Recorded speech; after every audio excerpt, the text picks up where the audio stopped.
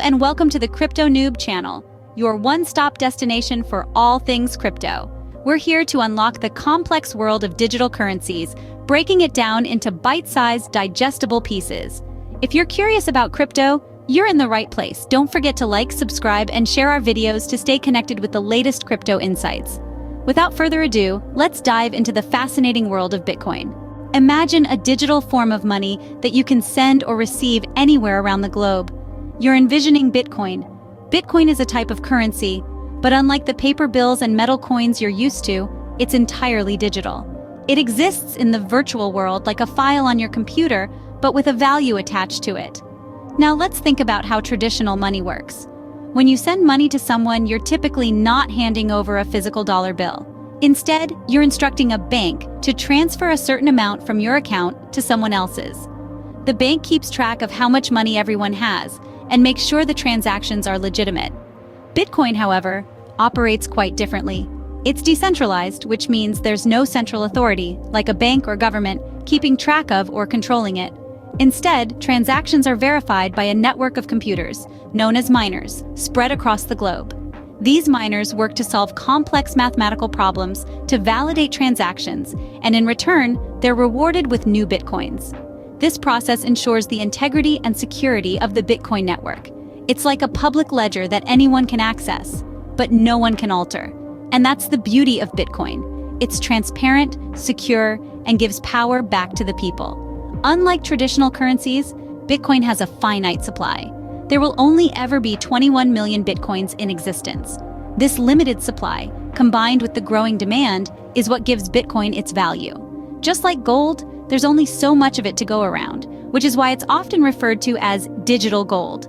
In the world of Bitcoin, you're your own bank. You can send or receive Bitcoins from anyone, anywhere, at any time, with no restrictions or hefty bank fees. All you need is an internet connection and a digital wallet. So in essence, Bitcoin is like digital gold, valuable and limited in supply. It's a revolutionary form of money that's changing the way we think about and use currency. And the best part? It's just the beginning. Now, you might be wondering, who came up with this groundbreaking idea? The story of Bitcoin's inception is as intriguing as the digital currency itself. Its creator, or creators, goes by the pseudonym Satoshi Nakamoto. Nakamoto introduced Bitcoin to the world in 2008 through a white paper titled Bitcoin, a peer-to-peer electronic cash system. But the true identity of Satoshi Nakamoto remains unknown to this day. Theories abound, yet none have been definitively proven.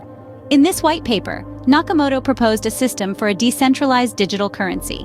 This was a monumental shift in the financial world. Until then, financial transactions were dependent on trusted intermediaries like banks and governments. But Nakamoto envisioned a system where trust was built through cryptographic proof, rather than through a central authority. This is where the concept of decentralization comes in. Instead of a centralized entity controlling the currency, Bitcoin operates on a peer-to-peer network. This network is made up of computers or nodes that validate and record transactions on a public ledger known as the blockchain.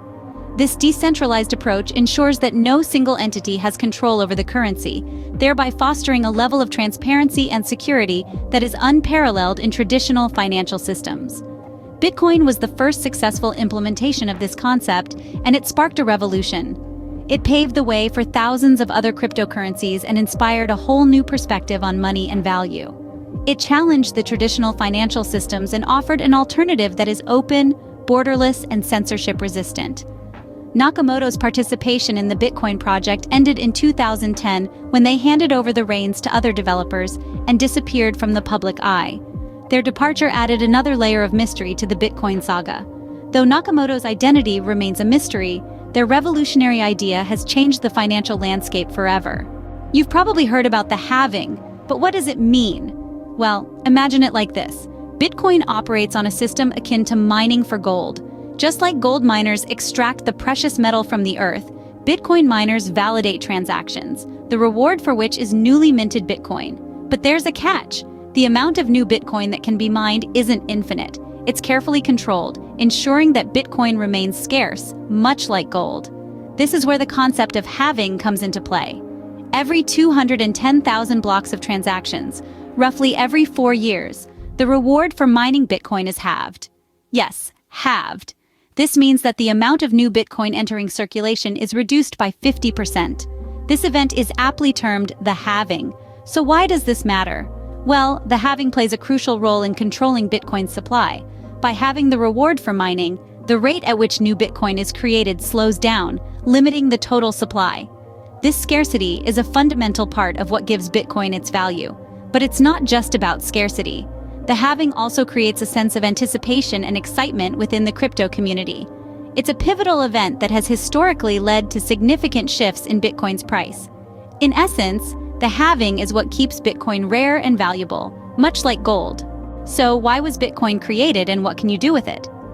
To understand the purpose of Bitcoin, we need to rewind back to the financial crisis of 2008. During this time, trust in traditional banking institutions was shaken to its core. People started questioning the stability and reliability of the financial systems that had been in place for centuries. In response to this, Bitcoin was created as an alternative to these traditional currencies, a decentralized form of money that isn't controlled by any government or institution. Bitcoin's decentralized nature means that no single entity has control over it. This makes it resistant to censorship and gives users a level of financial freedom that's not possible with traditional currencies. It's like having your own personal bank right in your pocket. But what can you actually do with Bitcoin? Well, the possibilities are endless. One of the most popular uses of Bitcoin is as an investment. Just like gold or stocks, people buy Bitcoin in the hope that its value will increase over time. This has led to the emergence of a whole new asset class known as digital assets or cryptocurrencies. Another major use case for Bitcoin is remittances. Sending money across borders can be a costly and time-consuming process with traditional banking systems. But with Bitcoin, you can send money anywhere in the world, almost instantly and for a fraction of the cost. This has been a game changer for people in countries with unstable currencies or limited access to banking services. Bitcoin has also been used for a range of other purposes, from purchasing goods and services online to fundraising for charitable causes. It's even been used to preserve wealth in countries experiencing hyperinflation, where the value of the local currency is rapidly declining. So, whether it's for investment or sending money across borders, Bitcoin has opened up a world of possibilities. It's not just a digital currency, it's a revolutionary technology that's challenging the way we think about money. And while it's still early days, the potential for Bitcoin is enormous. Whether it's for investment or sending money across borders, Bitcoin has opened up a world of possibilities. Ever heard of Bitcoin Pizza Day? It's a tale worth a million, quite literally. Picture this. It's the year 2010, a time when Bitcoin was a mere novelty, not the digital gold it's considered today. A man named Laszlo Hanyecz made history with the first real-world Bitcoin transaction. But what did he buy, you ask? A shiny new car? A house, perhaps? No, he bought 2 pizzas.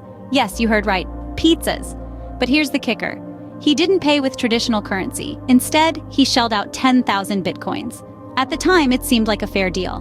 But fast forward to today and those pizzas would be worth a staggering sum. It's a fun reminder of how far we've come, and a day celebrated by Bitcoin enthusiasts worldwide. From pizza to portfolios, Bitcoin has come a long way, hasn't it? So there you have it, Bitcoin in a nutshell. This digital currency, birthed from the cryptographic brilliance of Satoshi Nakamoto, has transformed the way we perceive and interact with money. We've discussed its inception, its inner workings including the halving process, and its multifaceted uses. The potential of Bitcoin goes beyond just being a store of value.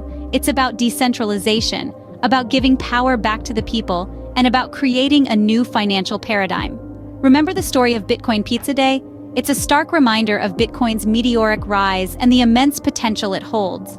Always remember, Bitcoin isn't just a digital asset, it's a revolution, a shift in our approach towards financial systems and personal autonomy. This journey into the realm of Bitcoin is just the beginning. There's so much more to explore, to understand, and to appreciate. Thank you for watching, and remember to like, subscribe, and share. See you in the next video.